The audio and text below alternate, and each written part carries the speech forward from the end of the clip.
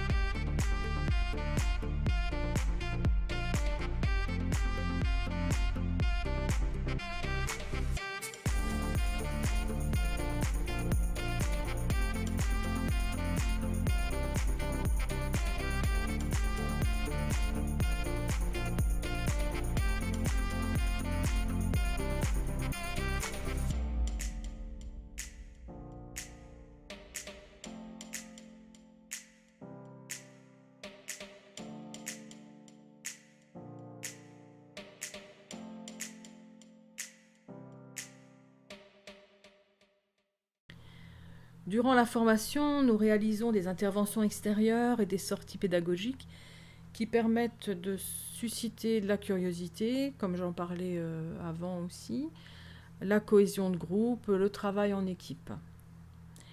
Sur ces photos, nous étions les petites mains de l'association des fleuristes en folie pour l'exposition Foliflore à Mulhouse.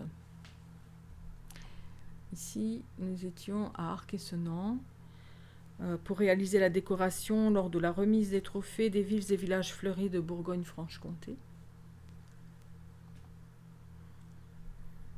Alors, nous allons rencontrer également des professionnels. Ici, sur la photo de gauche, nous voyons Jonathan du magasin La Chaîne de Cœur à Bar, dans le Bas-Rhin. Jonathan est un de nos nombreux anciens élèves. Et bien sûr, nous allons également visiter des musées. Donc là, ici à droite, c'était le Vitra Design Museum à Weilheim-Rhein en Allemagne.